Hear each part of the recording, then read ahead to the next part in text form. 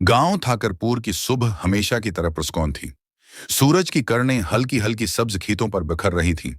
रामू, जो कि गांव का एक मेहनती किसान था, हर सुबह अपने खेतों की देखभाल करता।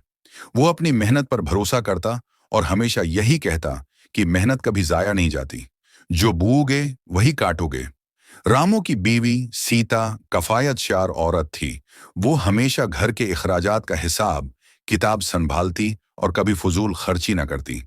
उनके दो बच्चे गीता और मनोज भी अपने वालिदीन के उसूलों पर चलने की कोशिश करते। रामू की जिंदगी में सब कुछ ठीक था, मगर किस्मत का खेल कुछ और ही सोच रहा था।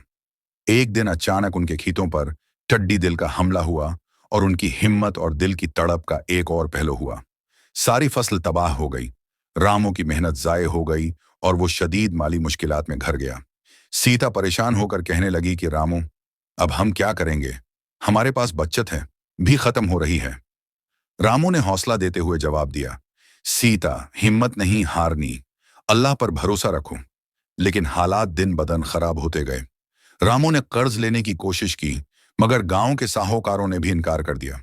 इसकी जमीन गिरवी रखने की नौबत आ गई। वो दोनों दिन रात मेहनत करते, जंगल से लकड़ियां काटकर बेचते, मगर आमदनी बहुत कम थी। एक दिन रामू जंगल में लकड़ियां काटने गया, जहां उसकी मुलाकात एक प्रासरार बूढ़े फकीर से हुई, जिसकी आंखों में गहरी दानाई थी। फकीर ने रामू को एक अजीब बात बताई, बेटा, इस जंगल के पुराने बरगद के पेड़ के नीचे खजाना दफन है, लेकिन याद रखो, ये खजाना सिर्फ उसे मिलता है जो ईमानदार और मेहनती हो। रामू ने पहले तो इस बात को मजाक समझा, मगर जब हालात बदतर हुए तो उसने फैसला किया कि वो बरगद के पेड़ के नीचे खुदाई करेगा।